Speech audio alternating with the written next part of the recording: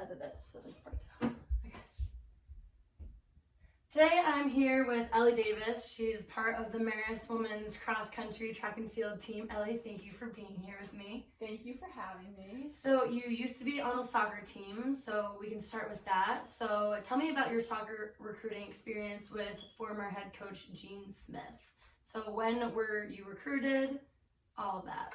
So I was recruited by Caitlin and Gene Smith around November of my junior year of high school, and then I verbally committed to play soccer at Marist on December 11th of my junior year of high school. And what was it about Marist that made you choose to play soccer here for the next 4 years?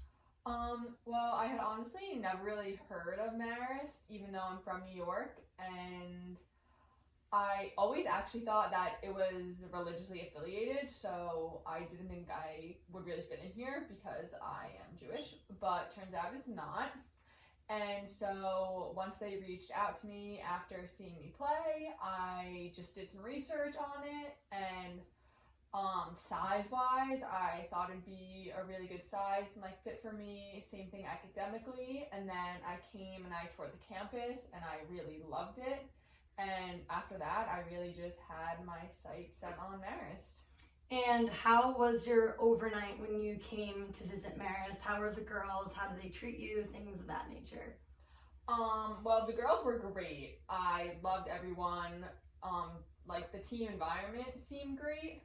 The actual overnight trip was probably one of the worst 24 hours of my life. It was just very unorganized. They had nothing planned for us. No one even really knew we were here, so we couldn't get into any of the dining halls, so we weren't really fed or anything, and we ended up sleeping in the basement of Champ. So that was interesting, but the girls were great.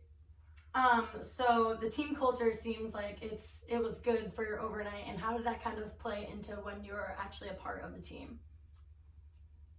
I don't think on the field it really transitioned, and sometimes even off the field I don't think it really transitioned, but I think a lot of that had to do with just all the coaching changes. I think it's hard to kind of get into a groove and really immerse yourself in a team culture and figure out what that culture is when the coaching staff keeps changing so rapidly, because each coach really wants something different. So you need to change the team culture to fit what the coaching staff kind of wants.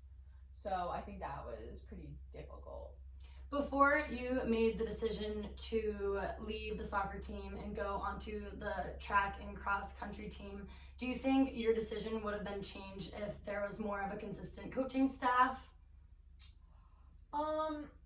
I think it's very hard to play the what if game, but I think things could have been different if there was a more consistent coaching staff and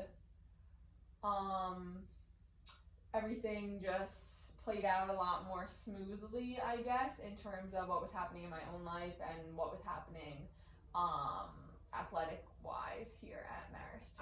And going from such a team-oriented sport into more of an individual sport must have been quite the adjustment. What was the biggest difference in going into such an individualized sport? I would say that the biggest difference was times don't lie. Everything is super objective, whereas if you're playing on a soccer field, someone gives you a bad pass, you can say, oh, well, it was a bad pass.